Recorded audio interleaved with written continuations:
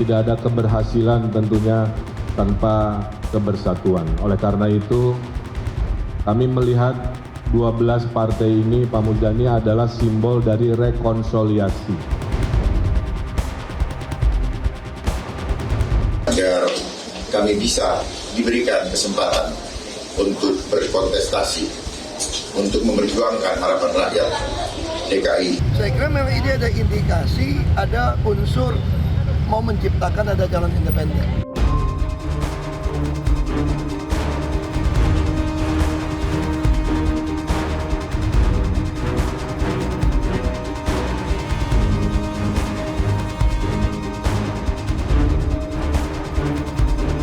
Bapak hanya jabat sebagai calon boneka gitu Pak? Ya nggak apa-apa.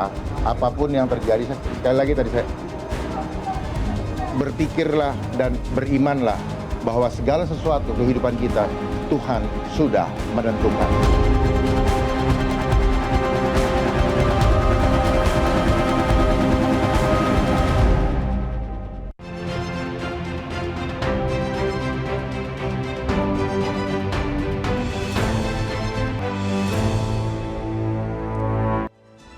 Selamat malam pemirsa, Pilkada Jakarta kian panas, penuh nuansa drama. Mulai dari dugaan skenario kota kosong hingga hadirnya calon independen yang diiringi skandal pencatutan KTP warga. Dukungan partai politik di injury time bukan tanpa kaitan. Jelas ada pihak yang diuntungkan dan pihak yang dirugikan. Satu calon banjir dukungan, di lain sisi ada yang kehilangan dukungan. Bahkan ada partai yang terancam gagal mengusung jagoan. Bersama saya Vera Bahaswan, inilah panggung demokrasi drama Pilkada Jakarta, skenario kota kosong hingga calon boneka.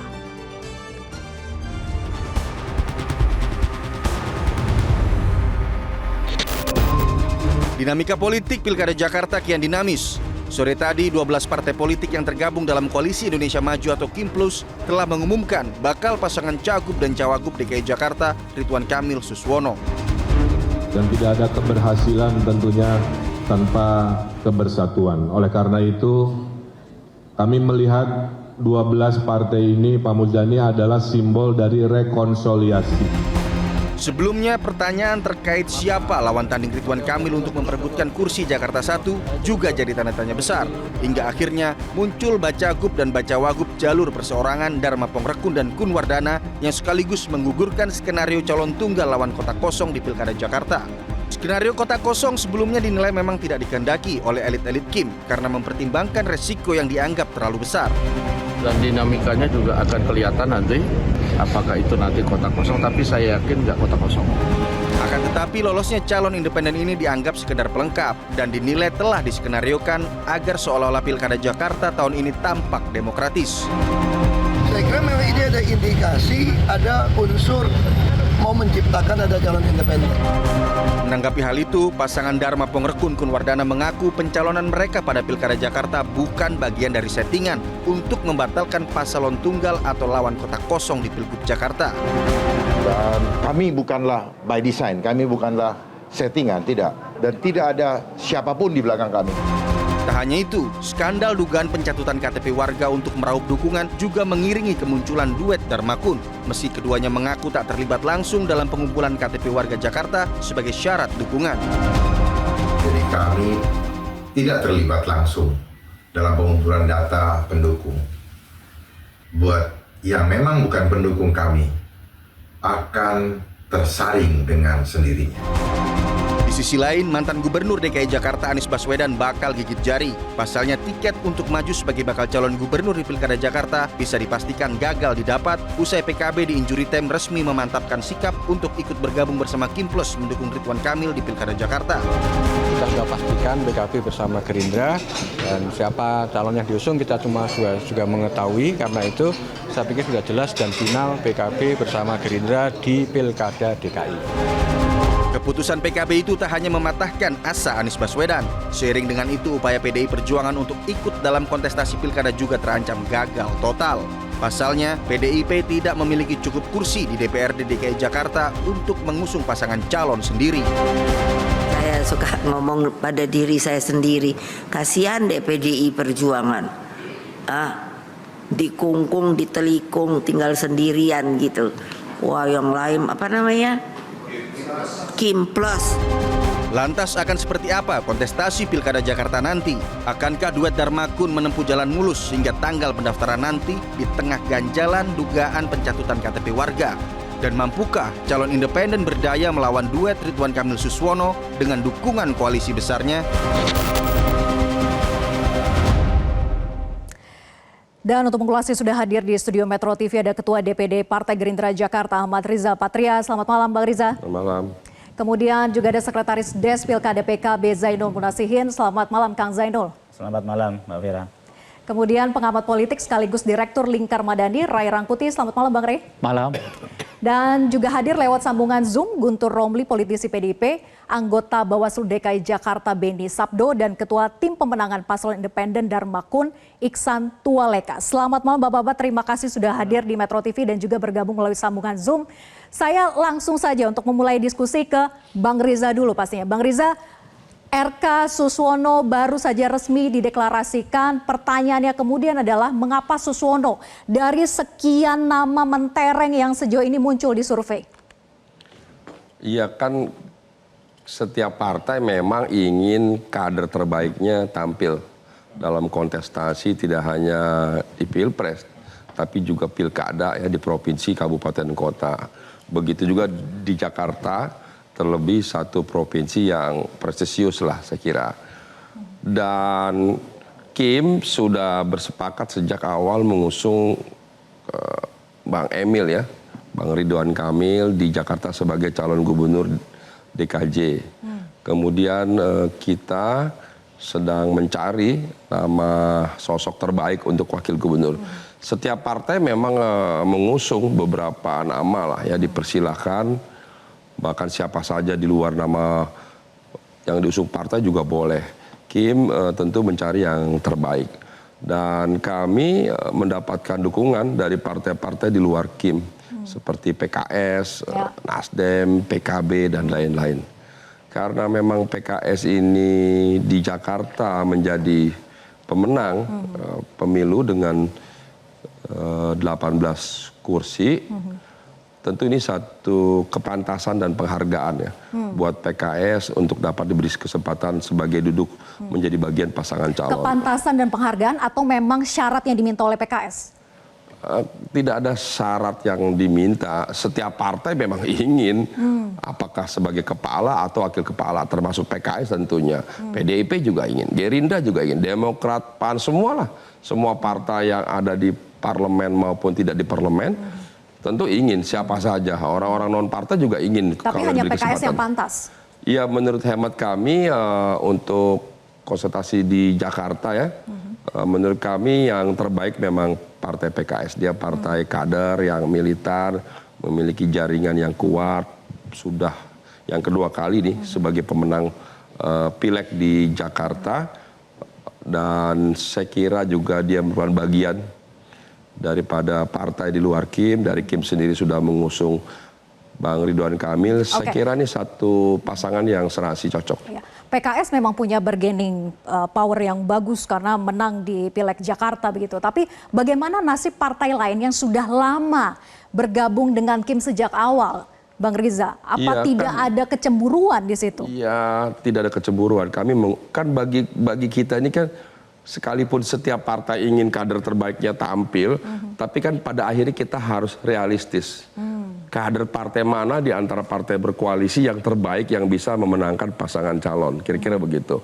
Dan kami di Kim ini kan nggak cuma di Jakarta, di beberapa tempat seperti di Jawa Timur kan kami beri kesempatan pada Mbak Hovifa dan Mas Emil Dardak umpamanya. Nah nanti kita lihat di Jawa Tengah, saya tidak ingin mendahului, tapi surveinya kan Pak Lutfi, Pak Mas Kaisang dan lain-lain di situ.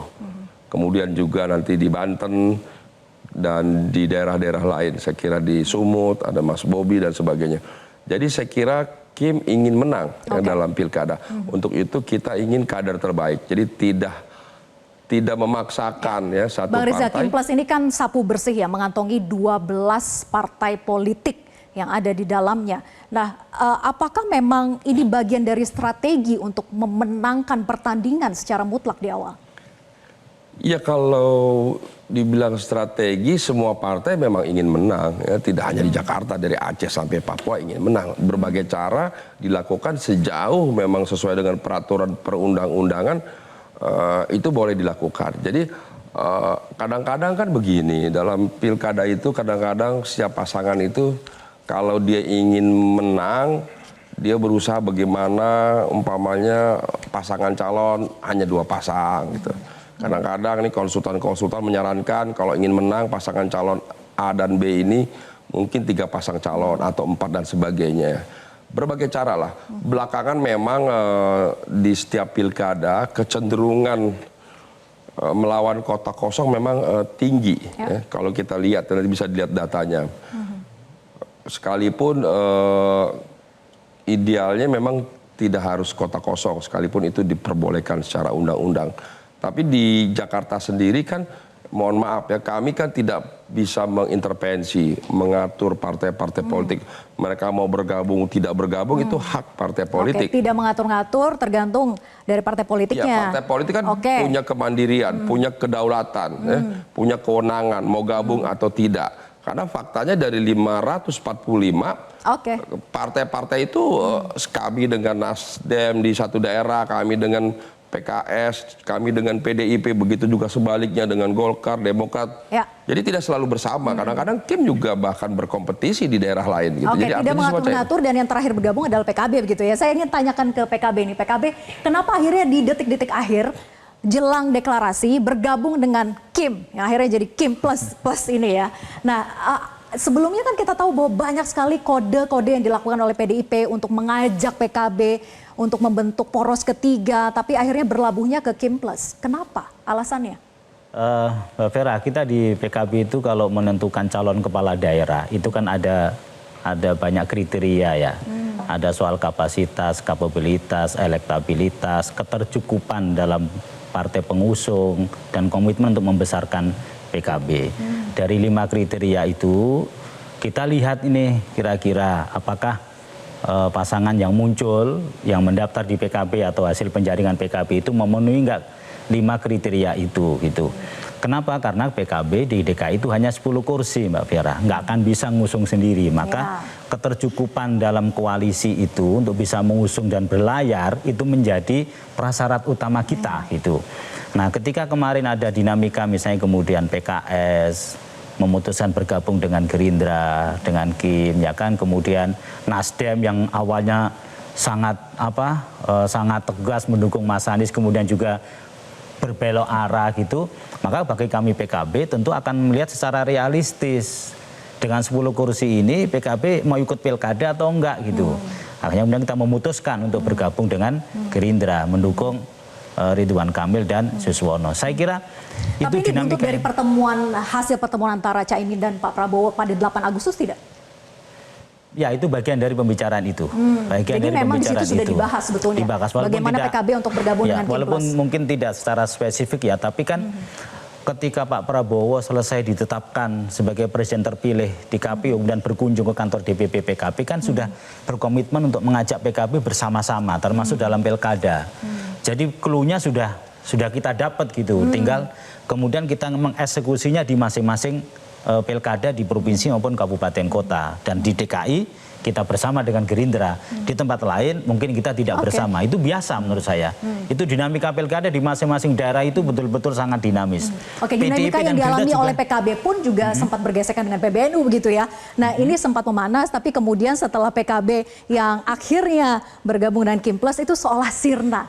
Apakah itu juga bagian dari salah satu pertimbangan? Tapi dijawab nanti. Saya tetap bersama kami di Panggung Demokrasi.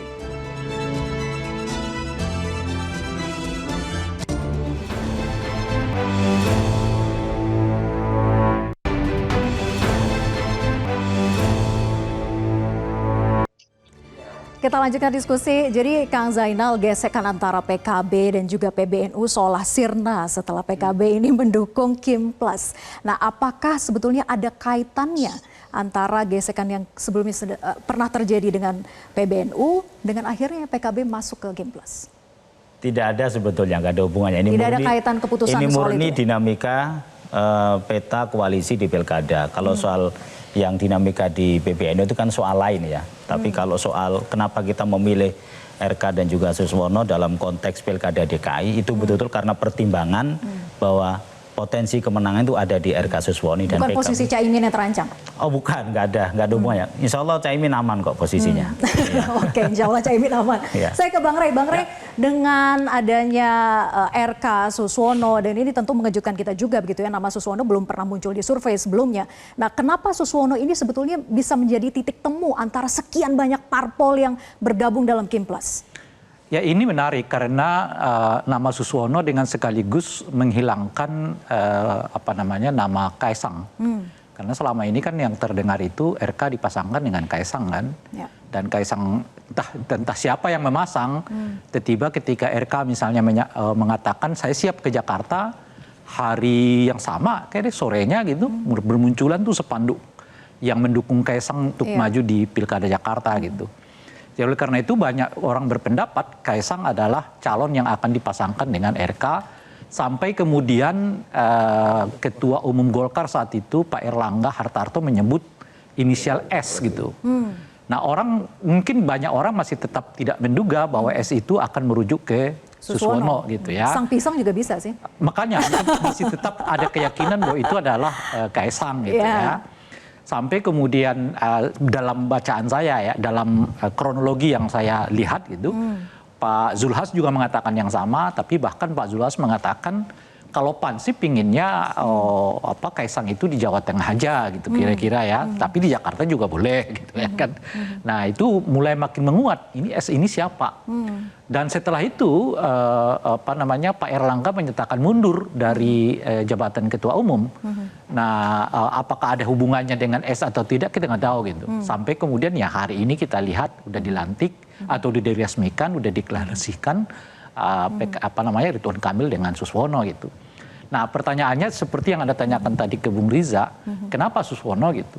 Karena menurut saya itu cara yang paling ampuh mengikat PKS gitu. Karena PKS itu kan seperti berulang kali mereka sampaikan pada publik, target mereka itu posisi minimal wakil. Itulah yang membuat mereka misalnya tidak bisa dengan Anies karena Anies katanya belum jua ya menyampaikan secara tegas dukungannya kepada Sohibul Iman gitu ya. Tentu di samping tenggat waktu yang 90 hari itu yang tidak bisa menggait dukungan dari parpol politik yang lain. Ya. Itu sih menurut saya alasan yang terlalu mengada-ada karena saat itu PKB udah menyatakan dukungan ke Anies. Nasdem juga udah mengatakan dukungan, tapi menurut saya alasan yang utama itu adalah posisi nomor 2. Nah, posisi nomor 2 itu diberikan oleh Kim. Nah, kenapa Kim mau melakukannya itu menurut saya pertimbangannya menurut saya 2. Pertama adalah memang yang paling penting digait itu PKS gitu. Kalau PKS-nya masuk ke koalisi Kim, setengah dari kekuatan di luar itu mungkin udah bisa ditarik masuk ke lingkungan Kim gitu ya. Nah yang kedua adalah kalau skenario keduanya, kalau PKS saja yang ditarik kan masih ada Nasdem, masih ada PKB yang bisa mengusung Anies Baswedan. Anies juga sebisa mungkin jangan dilibatkan sebab selama faktor Anies berada di luar bersaing dengan RK, kesulitan ini sebesar apapun ini koalisi partai akan kesulitan beradu dengan Anies Baswedan gitu ya. Nah oleh karena itu tarik semuanya masuk ke dalam supaya PKS enggak pergi, berikan posisi wakil gitu. Nah yang menarik itu adalah kemana Kaisangnya gitu. Nah itu nanti Bung Riza yang bisa jawab. Oke, kemana Kaisangnya? Nanti apakah benar di Jawa Tengah atau tidak gitu ya, nanti kita ke sana. Tapi ini soal Pilkada Jakarta yang kita bahas, bahwa berkaitan dengan calon independen yang diduga melakukan pencatutan KTP yang saat ini sedang dilakukan rapat pleno oleh KPU. Kita simak pernyataan berikut ini. Karena Pak, berarti ini rapat yang sudah berjalan ini berarti masih belum bisa memutuskan ya apakah pasangan Dharma ini ditetapkan atau belum? Rapat pleno ini diskorsing, masih berjalan.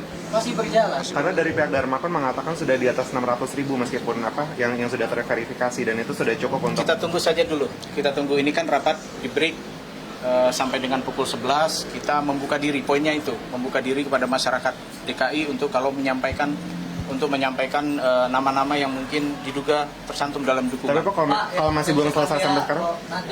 Bisa atau enggaknya maju itu apa sih? Itu kita lihat saja nanti. Oke, jadi rapat plenonya masih diskors dan masih membuka ruang kesempatan bagi masyarakat DKI Jakarta untuk bisa melaporkan begitu ya? Per jam berapa tadi itu? Kenapa? Itu per jam berapa? Per jam berapa? Baru saja Baru saja, ini baru kita tayangkan. Jadi masih berlangsung di sana. Nah, saya ke Pak Beni ya untuk mengkonfirmasi dari Bawaslu DKI Jakarta terkait dengan dugaan pencatutan KTP oleh calon independen. Jadi apa hasil investigasinya terkait dengan pencatutan KTP oleh paslon independen ini? Jadi ada berapa banyak yang terverifikasi KTP yang dicatut? Ya, baik Mbak Vera. Bawaslu DKI Jakarta bersama rakyat DKI Jakarta mengawasi seluruh tahapan pilkada pada 2024 ini. Sampai malam hari ini saya juga masih di kantor ini karena kami juga terus membuka posko aduan dan juga laporan. Aduan yang masuk kepada kami sudah ada 280 aduan. Lalu per malam ini laporan yang masuk secara resmi sudah ada 5 laporan. Nah, kami juga mengapresiasi ya karena masyarakat juga antusias ya dengan kesadaran diri untuk melaporkan dan mengadu kepada Bawaslu. Dalam konteks penanganan perkara, ini kan masuk ke ranah pidana. Yang dilaporkan ini 5 laporan ini semuanya menyangkut tentang dugaan pelanggaran pidana pemilihan. Maka kami juga sudah berkoordinasi kepada Sentra Gakumdu. Sentra Gakumdu ini adalah pusat aktivitas penegakan hukum pidana pemilihan yang terdiri dari Bawaslu, Polda Metro Jaya dan juga Kejaksaan Tinggi DKI Jakarta. Nah, kami sedang mendalami seluruh data dan fakta yang masuk kepada kami dan juga laporan yang hari ini sudah masuk. Kami akan melakukan kajian awal untuk menentukan apakah laporan ini sudah memenuhi syarat formil dan material. Nah, nanti kalau sudah memenuhi syarat formil dan material, kami akan bahas di Sentra Gakumdu untuk menindaklanjuti secara hukum acara di Sentra Gakumdu. Pak Beni, ya, keluhan yang muncul di aplikasi X itu kan banyak sekali Pak Beni. Mungkin dibandingkan dari yang melapor ataupun yang mengadu ke Bawaslu jauh lebih besar yang menggunakan sosial media begitu. Apakah juga secara aktif kemudian Bawaslu melakukan upaya untuk investigasi secara mandiri di luar dari aduan ya? Baik, data yang masuk ke kami ini kan data bergerak ya. Artinya data ini belum final. Dan kami juga menyampaikan ya bahwa kepada seluruh warga DKI Jakarta, silahkan kalau mau melapor ataupun mengadu kepada kami. Kami membuka posko di seluruh jajaran kami ya, dari level provinsi, kabupaten kota sampai tingkat kecamatan. Dan ini kami standby 24 jam. Kalau misalkan menyampaikan laporan atau aduan, pasti kami akan tidak lanjuti. Artinya yang proses di KPU sekarang lagi pembahasan pleno, tentu itu memang mereka punya tahapan. Tapi kami secara kewenangan Bawaslu itu bisa menerima seluruh aduan dan laporan dari masyarakat itu. Kami tidak bisa menutup mata dan telinga terhadap proses kontestasi ya pilkada di DKI Jakarta ini supaya pilkada di DKI Jakarta ini bisa berjalan sesuai dengan. Tapi poskonya sampai kapan dibukanya Pak Beni? Data terus bergerak, poskonya tetap dibuka itu sampai kapan? Karena tanggal 27 itu sudah pendaftaran sebetulnya. Ya, kami secara institusi belum ada keputusan untuk menutup itu kapan. Artinya ini masih kita buka karena ini bagian dari respon kepada publik. Dan kami mengajak seluruh masyarakat untuk terlibat, ya, berani melaporkan kepada kami supaya kami juga mempunyai data dan fakta ini supaya kita kumpulkan itu. Karena dalam menangani perkara pun kami kan juga ada waktunya, itu ya. Artinya di dalam penanganan perkara kami ini ada 5 laporan yang masuk. Ini kan kami harus melakukan kajian awal. Nah, kajian awal ini kami punya waktu 2 hari.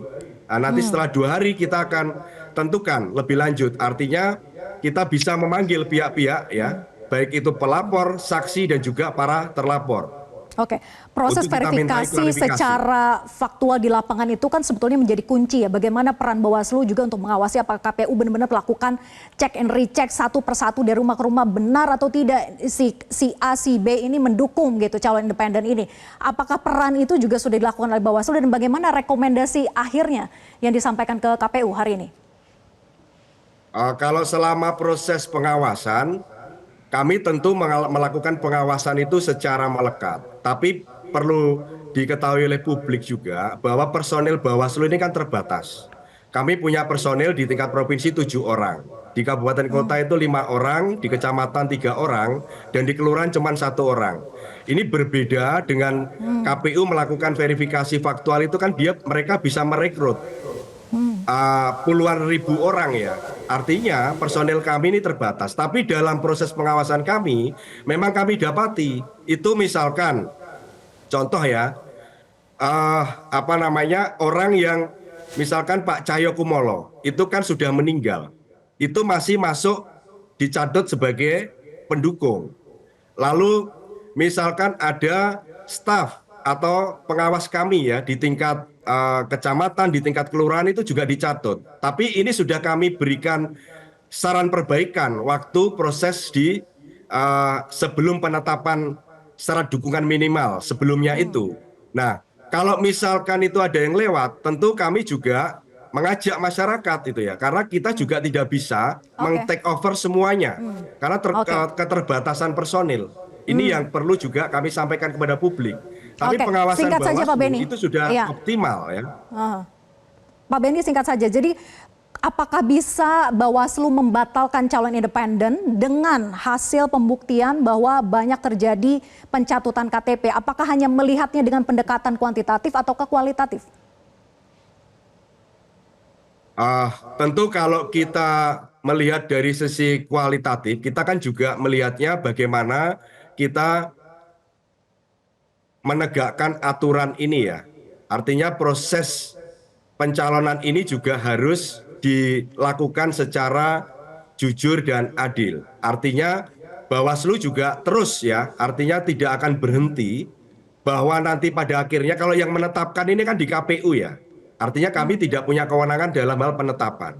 Tapi kami bisa memberikan saran perbaikan ataupun rekomendasi. Nah, kalau soal yang laporan dan pencatutan, kami ini kan masih dalam proses penanganan perkara, sehingga kami belum bisa mengambil kesimpulan itu.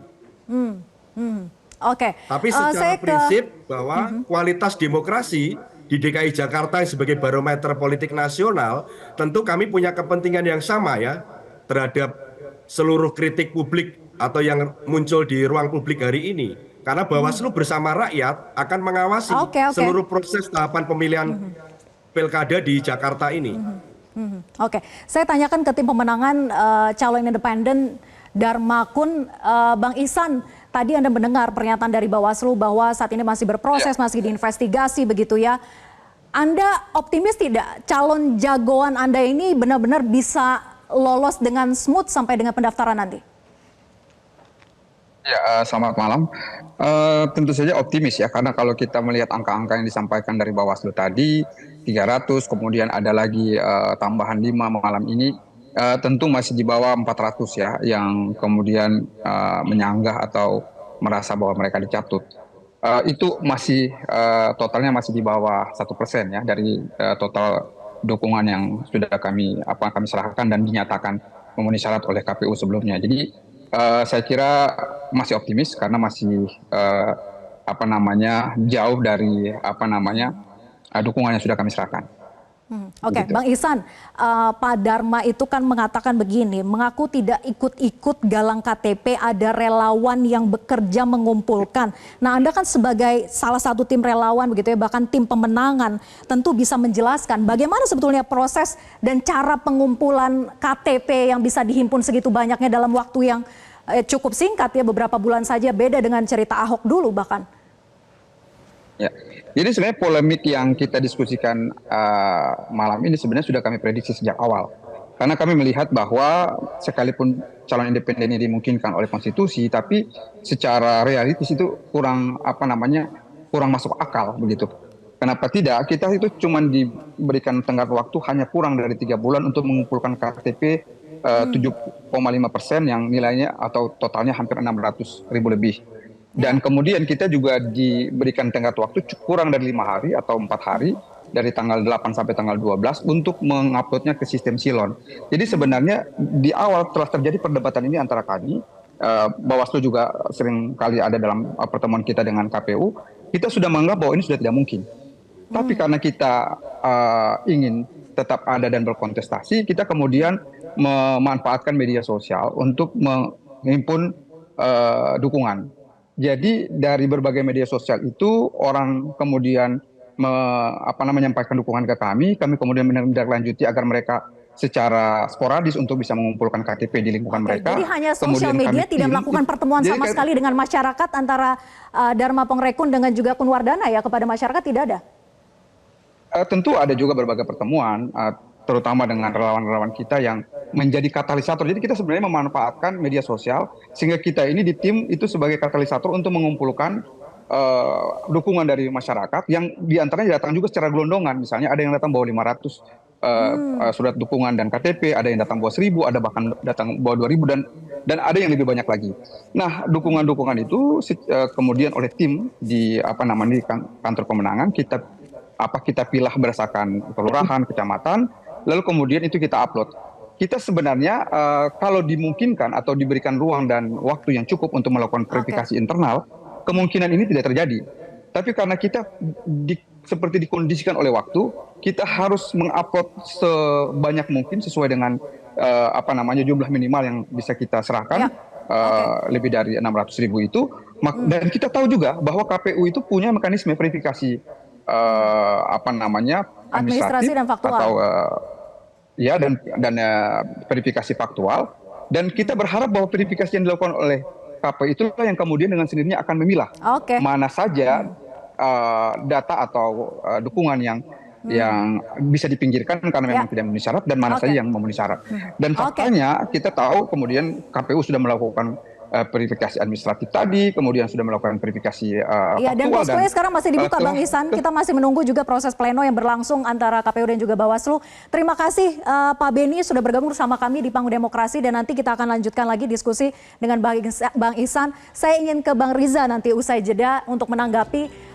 RK sempat mengatakan bahwa Dharma Pongrekun itu bukan kaleng-kaleng gitu ya. Nah, apakah memang benar bahwa calon independen ini adalah calon yang menguntungkan bagi RK atau justru mengancam? Tapi dijawab nanti usai jeda, tetap bersama kami di Panggung Demokrasi.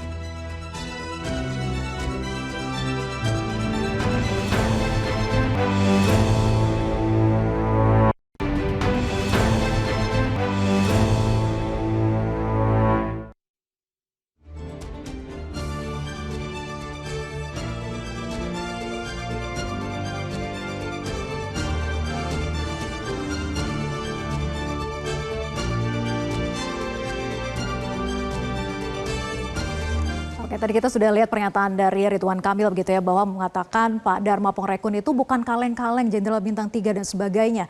Nah, tapi gini, publik itu melihat bahwa ini bukan calon yang sebanding dengan RK begitu, karena yang sejauh ini muncul di survei 1, 2, 3 adalah Anies, kemudian juga Ahok, baru RK di posisi ketiga, sehingga Dharma Pongrekun ya tidak dianggap sebanding. Nah, apakah ini sebetulnya adalah calon yang menguntungkan bagi RK Suswono atau justru calon yang mengancam? Yang pertama saya sepakat ya, bukan calon kaleng-kaleng, apalagi disebut calon boneka ya. Kalau calon boneka itu yang membentuk pasangan calon. Kalau ini kan calon hadir atas kesadarannya dan saya kira sudah lebih dari setahun itu mengumpulkan KTP, bukan pekerjaan yang mudah. Dan menguntungkan dengan jumlah ratusan ribu itu saya kira pekerjaan yang berat. Jadi nanti kalau memang pasangan calon ini berhasil lolos sebagai calon independen, itu artinya calon ini luar biasa kemampuannya, jaringan dan kapasitasnya. Terlebih yang bersangkutan ya memang purnawirawan, polisi bintang 3 dengan segala latar belakang jabatan dan prestasinya, saya kira memang bukan pasangan calon yang kaleng-kaleng. Dan bagi kami tentu siapapun ya yang berkompetisi. Tapi secara popularitas menguntungkan tidak bagi RK? Ya kalau memang secara popularitas memang yang bersangkutan mungkin belum terdengar karena tidak diusung oleh partai politik, tidak masuk dalam radar survei selama ini yang saya tahu. Jadi menguntungkan secara popularitas? Ya kalau melihat popularitas, elektabilitas, tadi saya bilang memang belum masuk dalam survei-survei selama ini. Tapi bukan berarti pasti menguntungkan buat kami, buat RKM. Kita nggak tahu, seperti yang sering saya sampaikan di banyak kesempatan, dulu Pak Jokowi Ahok itu jauh, bahkan di Jawa RK. Sekarang surveinya melawan petahana dengan berbagai prestasinya, Bang Poko luar biasa, lembaga survei konsultan semua meyakinkan dan semua partai dulu mengusung Fauji Bowo waktu itu kalah dengan Pak Jokowi, Ahok, orang daerah gitu, tidak menyangka semuanya. Kedua 2017 begitu juga, waktu Anies Sandi juga orang anggap yang menang Pak Jokowi, Ahok, ya kan? Tapi faktanya kan sebaliknya begitu ya. Ada Ahok Jarot waktu itu kan. Nah jadi itu contoh bahwa Anies, Pak Sandi bisa menang dengan survei yang rendah melawan incumbent Jokowi Ahok ketika itu. Oke, saya ke Bang Rey. Bang Rey, ini mengancam atau tidak buat RK dan juga Suswono untuk calon independen ini dibandingkan dengan kotak kosong gitu yang dilawan gitu ya. Nah, apakah memang calon independen lebih baik dihadirkan, dan di sisi juga bagi rakyat yang mereka sebetulnya menginginkan figur yang sebetulnya muncul dalam survei tapi tidak diakomodir oleh elit-elit parpol? Yang ancaman bagi RK itu kan Anies, Ahok, dan kotak kosong. Gitu. Kalau itu ancaman bagi dirinya gitu. Oleh karena itu dihindari. Anies dibuat nggak bisa pakai tiket kan. PDI Perjuangan dibiarkan karena nggak punya golden ticket, ya nggak bisa mencalonkan kadernya juga, dalam hal ini Ahok gitu. Tapi jangan juga dikasih kotak kosong, sebab nanti orang rame-rame ke kotak kosong gitu. Sebagai bentuk perlawanan. Sebagai bentuk perlawanan gitu. Nah, tiga itu yang ditakutkan oleh Emil. Tapi calon independen tidak mungkin menjadi bentuk perlawanan. Itulah pemecahnya gitu. Karena kebetulan kan calon independennya itu seperti disebutkan itu belum masuk radar survei. Dalam 3 bulan ke depan apa yang akan dilakukan? Gitu. Kalau sekiranya calon independennya Ahok misalnya gitu ya, atau Anies, lain lagi cerita itu. Bisa saja bersaing gitu. Nah, yang disebut mungkin apa namanya itu tadi, apa istilahnya, kaleng-kaleng atau apa tadi? Bukan kaleng-kaleng. Bukan. Ya dalam konteks kapasitas sih memang bukan kaleng-kaleng, tapi dalam konteks elektoral ya masih jauh di bawah. Bahkan masuk dalam 1% pun kelihatan belum ya. Kecuali setelah sekarang ini misalnya namanya mencuat, ya mungkin naik dan seterusnya. Itu bisa saja terjadi gitu. Nah, oleh karena itu saya sih sebetulnya lebih melihat pada RK-nya gitu. Kenapa gitu? Kok RK mau caranya kayak gini gitu maksud saya. Sebab dengan memborong semua partai, hanya menyisakan PDI Perjuangan dan lawan independen yang sejauh ini kita belum tahu berapa elektabilitasnya. Dia sih tidur aja udah selesai nih gitu loh. Oke. Dan Bang Rey ini kan pakai kampanye, ini kan ada 12 parpol ya yang berada dalam berada dalam Kim Plus Plus ini, dan bahkan Ibu Mega mengatakan PDIP ini ditinggal sendirian di kungkung, di telikung. Kim Plus ini itu meraup berarti 85% kursi DPRD. Jadi yang disisakan 15 partai yang dimiliki oleh PDI Perjuangan. Jadi mereka bawa 10, berapa lah kira-kira ya, mungkin setengah dari 85 itu udah menang tuh RK. Karena persyaratannya kan 50 plus 1 kan, gitu. Nah makanya RK itu ya cukup tidur aja lah. Ya nggak pakai deklarasi segala, pakai tagline Jakarta Maju macam-macam dan sebagainya. Oke, kita tanyakan ke politisi PDIP ya. Ada Bang Guntur di sini. Bang Guntur, gimana melihat dari Kim Plus Plus, ada 12 partai politik di sana dan PDIP ditinggalkan sendirian, kata Bu Mega, dikungkung, ditelikung gitu ya. Gimana sebenarnya sikap PDIP sekarang nih melihat kondisi ini? Ya, sebenarnya kami melihat memang ada semacam keanehan ya dalam Pilgub Jakarta ini. Karena kalau secara teori gabungan partai-partai politik kan bisa mengusung paling tidak ada 3 pasangan calon. 4 dengan independen pun boleh. Sebenarnya itu secara teori itu cukup ya. Kalau memang kontestasi ini dibiarkan secara terbuka dan secara jujur, secara fair. Cuma kami menangkap ada tangan-tangan tersembunyi ya di Pilgub Jakarta ini yang berusaha untuk mengatur koalisi-koalisi parpol sehingga menumpuk ya dalam satu pasangan calon. Dan ini menurut kami itu ada hal yang kami pertanyakan, apa alasan sesungguhnya di balik menumpuknya partai-partai tersebut dalam pasangan calon. Apakah ada pembagian antara provinsi ini jatahnya parpol tertentu, provinsi yang itu jatahnya tertentu, atau ada jatah misalnya menteri di kabinet yang selanjutnya, atau adakah ancaman-ancaman yang ada. Nah ini kan seputar pertanyaan-pertanyaan itu kan absah muncul di pilgub di warga Jakarta sekarang. Namun pada intinya kami PDI Perjuangan tetap ingin memperjuangkan apa yang menjadi suasana kebatinan dan aspirasi masyarakat Jakarta. Kalau kita menangkap beberapa jajak pendapat, kemudian juga survei-survei, kan sebenarnya ada dua nama yang kuat, yaitu nama Anies Baswedan, kemudian ada Basuki Cahayapurnama, Ahok, dan itu yang menjadi aspirasi masyarakat. Tapi kok sekarang dua calon kuat tersebut tiba-tiba ada semacam perintangan atau ada usaha-usaha tertentu. Jadi gimana caranya kalau tadi mau mengusung Anies? Kan ada juga gerakan ya untuk Anies dan juga Rano Karno. Gimana caranya mendukung kalau PDIP sendirian? Kan nggak bisa. Ya karena sebabnya adalah ketika semua tiket parpol itu diborong untuk satu pasangan, maka tentu saja kemungkinan itu tidak bisa terjadi, bisa mencalonkan alternatif yang menjadi aspirasi masyarakat Jakarta. Tapi saya kira warga Jakarta adalah warga yang cerdas, mereka bisa melihat, lihat dong, ternyata sekarang kok elit-elit partainya kok tidak mencalonkan apa yang menjadi keinginan masyarakat Jakarta. Kok ada tokoh yang lain yang tiba-tiba diusung secara bersama-sama, yang alasannya kita tidak tahu. Nah disinilah muncul ya semacam sikap kritis dari masyarakat Jakarta, sehingga muncul dengan segala hormat kepada Bang Dharma, muncul semacam istilah sudah calon menyerah atau calon independen. Di titik ini apakah PDIP sudah menyerah, Bang Guntur? Sudah tidak ada lagi harapan misalnya untuk merayu salah satu parpol untuk ditarik bentuk poros ketiga, sudah tidak ada itu ya? Udah nyerah ya PDIP ya? Kan selama penutupan pendaftaran itu, maka kami lihat kemungkinan itu masih bisa terjadi.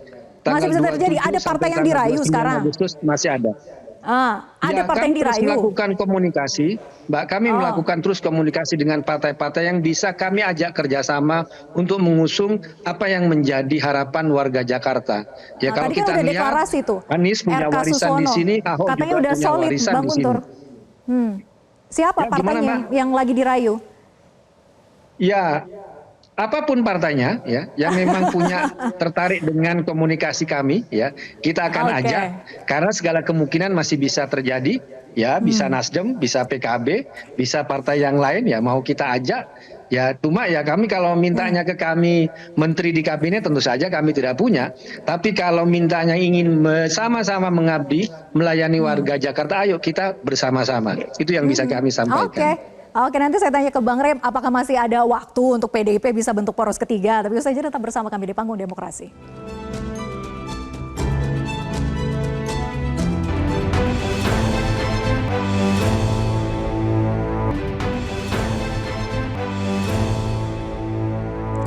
Kita lanjutkan diskusi, saya ke Bang Rey. Bang Rey, tadi dikatakan Bang Guntur gitu ya, bahwa PDIP masih optimis untuk bisa merayu-rayu partai yang ada di Kim Plus Plus itu untuk bisa bentuk poros ketiga. Apa iya masih ada waktu dan masih memungkinkan ada partai yang mau? Nah, kalau soal waktu masih, karena pendaftaran kan tanggal 27, alias masih ada sekitar 6 hari lah sebelum ada pendaftaran. Di dalam 6 hari itu bisa saja segala sesuatu terjadi gitu.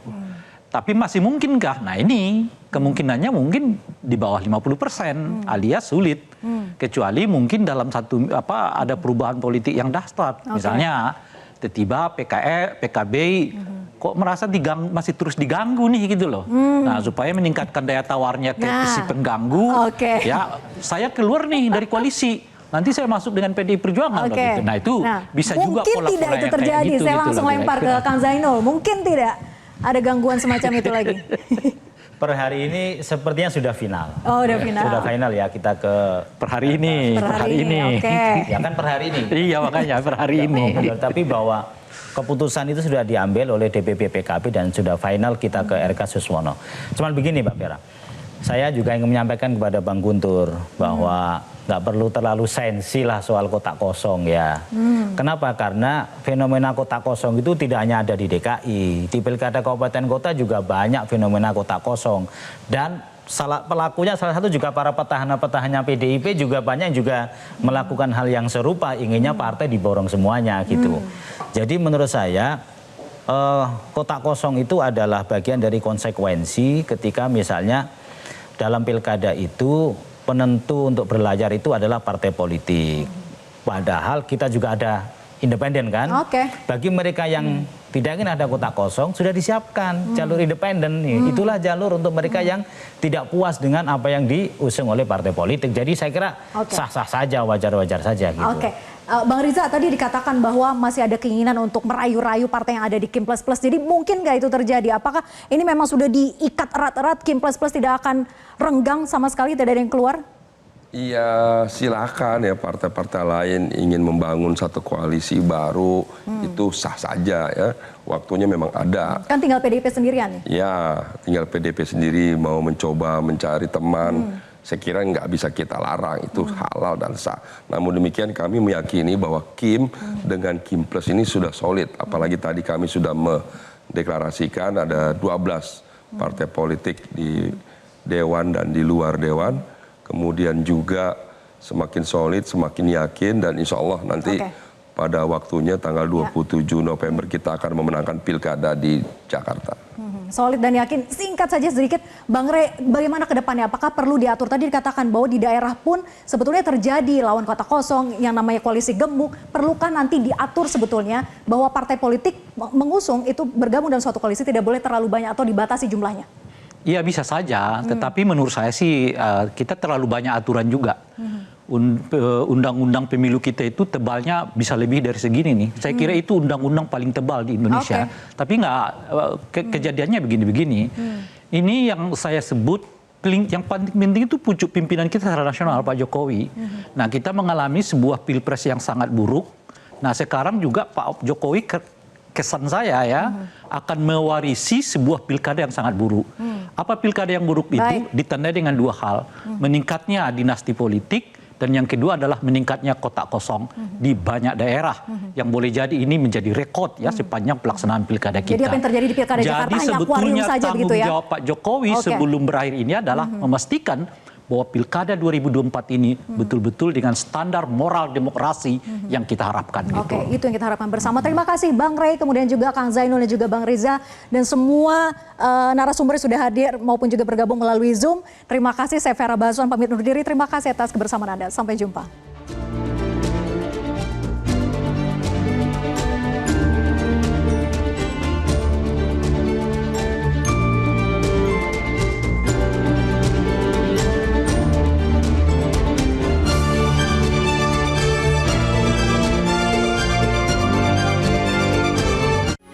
Metro TV.